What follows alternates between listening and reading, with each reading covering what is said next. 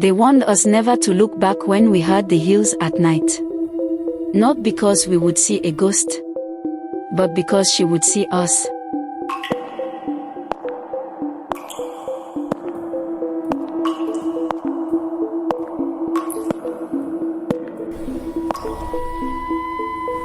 Madame Koi Koi is here to take you all.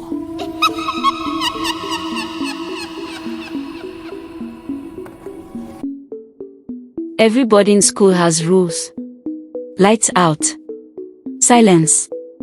No movement after midnight. But at St. Agnes, there was one rule no one dared to break. When you hear koi, koi, koi, don't breathe. Don't pray. Don't turn.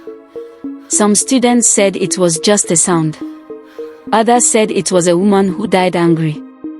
But no one talked about the truth. That Madame Koi Koi was never hunting the innocent. She was looking for someone who knew what really happened. And the night she finally found that person, the school was never the same again. Before we continue, subscribe to this channel now and turn on the notifications so you don't miss the next interesting story. Listen carefully. Because before this story ends, you'll understand why some sounds are not meant to be ignored. The first time I heard the sound, I thought it was coming from my own heart. It was past midnight in St. Agnes boarding school, the kind of night where silence feels heavier than noise. The generators had gone off hours earlier, and the hostel was swallowed by darkness so thick you could almost touch it.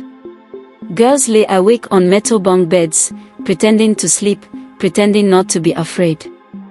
The only light came from the moon, slicing through the narrow window bars and resting on the tiled floor like a pale warning. Then it came. Koi, koi, koi. Slow. Measured. Patient. At first, I told myself it was someone returning late from the toilet block, maybe a matron doing her rounds. But the sound didn't rush. It didn't drag. It walked like it had all the time in the world. My roommate, Sola, grabbed my wrist under the blanket so hard I almost cried out. Her fingers were cold. Too cold. Did you hear it? She whispered, her breath shaking. I wanted to lie. I wanted to be brave. But fear has a way of tearing honesty out of you. Yes, I whispered back. All around us, other girls had frozen. You could feel it. The way breathing changed. The way body stiffened. No one moved. No one coughed. No one dared to turn. Because in St. Agnes, there was an unspoken rule. If you hear the hills, don't look. The sound moved closer. From the far end of the corridor. Past the bathrooms. Past the prefect's room. Each step echoed like it was knocking on the inside of my skull. Koi, koi, koi. Suddenly, someone sobbed quietly from the bunk above. A small, broken sound, like a child remembering something they were never meant to see. Please, the girl whispered. Please go away. The footsteps stopped. Every heart in the hostel stopped with it. Then, right outside our door, the sound came again, slower now, heavier. That night, no one slept. And by morning, one bed was empty. Before Madame Koi Koi became a warning whispered in darkness, she was a woman with a name. Her name was Mrs. Margaret Kofowarla. They said she arrived at St. Agnes years before we were born, young and proud, with a voice sharp enough to cut through morning assemblies. She wore her heels everywhere, classroom, staff room, even to evening prep. Red heels. Always polished. Always clicking. Koi. Koi. Students feared her, not because she beat them, but because she saw through lies. She could look at a girl and tell when she was hiding something. She hated excuses. Hated weakness. Hated being ignored. But what the students didn't know, what no one cared to ask, was that Mrs. Kofowarla had once been gentle. A former cleaner, Mama Risi, used to tell the story when she was drunk on palm wine. She cried a lot, Mama Risi said, shaking her head. Not the kind of crying you hear. The quiet one. The kind that stays inside. Mrs. Kofowarala had given everything to the school. Her youth. Her pride. Her future. When younger teachers were promoted above her, when parents complained that she was too strict, when the principal stopped greeting her properly, something inside her began to crack. The day she was suspended, it rained. Students watched from the windows as she walked out of the gate alone, heels sinking into the wet red soil. She didn't shout. She didn't beg. She didn't look back. Only the sound followed her. Koi, koi, koi. That was the last time anyone saw her alive. Or so they thought. By the second week of the term, fear had grown teeth. Girls began falling sick for no medical reason. Nightmares spread like infection. Some woke up screaming about a woman standing at the foot of their bed, faceless, motionless, listening. Others claimed they heard their names being called in voices that sounded almost kind. One night, Aisha broke the rule. The heels had stopped outside her cubicle, just like they always did. Silence pressed against the walls. Her heart pounded so loud she was sure it could be heard. I just want to see, she whispered to herself. Against every warning, she lifted her head and looked.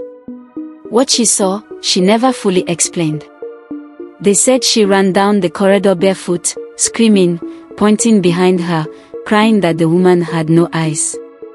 That her mouth was smiling but her face was wrong. That the heels weren't touching the floor. By morning, Aisha couldn't speak. She was sent home that same day, her mother holding her like a broken child. She never returned to St. Agnes. Never returned to school at all. That was when we understood something terrifying. Madame Koi Koi wasn't angry at everyone. She was looking for something. Someone. And every night, when the lights went off and the world pretended to be normal, she walked the corridors, listening for fear, listening for guilt, listening for the sound of a heart that remembered what it had done. Koi, koi, koi. And the question that haunted us all was simple. When she finally finds what she's looking for, what will be left behind? The night we decided to talk about her was the night she decided to listen. Prep had ended late, and rain drummed softly on the zinc roof like restless fingers. The hostel felt smaller somehow, as if the walls had leaned closer together to hear us breathe. 5 of us sat on Sola's bunk with a torch between us, its weak light cutting our faces into halves, one side brave, the other trembling. They say she only comes to those who wrong her, Blessing whispered. That's a lie, Sola replied too quickly. I never did anything to anybody. No one answered. In boarding school, silence often meant guilt. I swallowed. What if she's not looking for revenge? They all turned to me. What if she's looking for someone to remember her? I said. Someone to hear her story. The torch flickered. That was when the sound came. Not from the corridor. From inside the hostel. Koi, koi, koi. Slow. Deliberate. Close. The torch went off by itself. Darkness swallowed our screams before they could leave our throats. In that darkness, I felt it, an awareness, like eyes opening where there had been none. The air grew heavy, thick with something old and tired. A smell drifted through the room. Dust. Rain. And something else, sadness. A voice whispered, not loud, not angry. Is anyone listening? No one answered. By morning, the school bell rang as usual, sharp and cheerful, lying to everyone. But Sola didn't wake up. She lay still, eyes open, staring at the ceiling like she was watching something we couldn't see. She was alive. But something had gone with the night. They called an emergency assembly that afternoon. The principal stood stiffly on the podium, his face tight with the fear he was trying to hide behind authority. Teachers whispered among themselves. Even the ones who laughed too loud on normal days were quiet. Students, he began, there are rumors. A cold wind swept through the hall, slamming the doors shut. And we will not tolerate. Koi. The sound echoed once. The principal froze. For the first time, the lie broke. That evening, Mama Risi was found sitting behind the dining hall, staring into nothing, lips moving. They said she had been drunk, but when the matron tried to touch her, she screamed. She warned them, Mama Risi cried. She begged them not to do it. Not to do what? They locked Mama Risi away, but truth has a way of leaking through cracks. We learned that Mrs. Kofowarala hadn't been suspended for being strict. She had been suspended because she reported something. Money missing. Donations stolen. Names too powerful to mention. They laughed at her. Called her bitter. Said she was imagining things. When she refused to keep quiet, they pushed her out. The night she died, she had returned to the school gate, soaked in rain, heels muddy, letter in hand. No one opened for her. A speeding bus took her on the road home. The letter was never found. But her footsteps came back. I began to dream her dreams.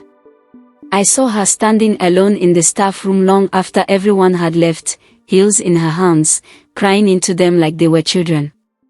I felt her humiliation when students mocked her behind her back, her loneliness when younger teachers avoided her, her rage when truth was buried under smiles. One night, in the dream, she turned to me. Her face was not monstrous. It was tired. Tell them, she said softly. I only wanted them to hear. I woke up crying. The next day, I went to the old records room behind the library, a place no one visited anymore. Dust coated everything like years of neglect. After hours of searching, I found it a torn envelope hidden inside a broken drawer. Inside was a letter. Names. Amounts. Dates. Proof. My hands shook as the final bell rang. That night, the heels came louder than ever. Koi, koi, koi. They stopped in front of my bed. The air grew cold. I sat up, heart pounding, and whispered the bravest thing I had ever said. I hear you. The sound stopped. And for the first time since I arrived at St. Agnes, the silence felt like peace, not fear. But peace, I would soon learn, always demands a price. The next morning, the letter felt heavier than a stone in my bag. Every step to assembly echoed in my ears, as if the hills were following me in daylight now, daring me to turn back. I kept imagining Mrs. Kofowarala walking beside me not as a ghost, but as a woman who had waited too long for someone to do the right thing. At assembly, the principal spoke about discipline. About focus. About ignoring distractions. Each word felt like an insult. When he finished, I raised my hand. The hall went silent. Yes, he said, irritation slipping through his smile. There is something the school needs to hear, I said, my voice shaking but loud enough. Laughter rippled. A teacher hissed my name in warning. But before anyone could stop me, the wind swept through the hall again. Windows rattled. Papers flew. Koi. One sound. Sharp. Final. The principal's face drained of color. I spoke fast then. About the letter. About the money. About the woman they silenced. Gasps spread like wildfire. Teachers shouted. Students murmured. Enough, the principal roared. But the sound returned, closer, angrier now. Koi, koi, koi. The lights went out. In the darkness, a woman's voice filled the hall. Calm. Clear. Unforgiving. I told the truth, she said. And you buried me with it. Screams erupted. Some students dropped to their knees. Others ran. When the lights flickered back on, nothing was there. except the smell of rain and fear. The investigation came quickly. Parents arrived. Officials arrived. Secrets that had slept for years were dragged into the sun. Teachers were suspended. The principal resigned for health reasons, though everyone knew better. But Madame Koi Koi did not leave. That was the cruelest twist. Even after justice, the heels continued. Koi, Koi, Koi. Every night. She's angry, Blessing whispered one night, clutching her pillow. We did what she wanted. I shook my head slowly. No. We did what was right. But she's still here. So was Sola, physically. But her eyes followed things that weren't there. Sometimes she whispered apologies in her sleep. Sometimes she cried without knowing why. I realized then that Madame Koi Koi wasn't just tied to the school. She was tied to pain. To everyone who had stayed silent. To everyone who had benefited. To everyone who had been afraid. Including students. Including us. The final bell of the term rang under a red sky. Students rushed to park, laughter forced, relief desperate. Parents waited at the gate. Engines idled. That night, I stayed back alone in the hostel. I placed the letter on the floor and lit a candle beside it. I did what you asked, I said softly. But you're still here. The air shifted. She appeared, not floating, not monstrous. Just a woman in a faded dress, heels in her hand.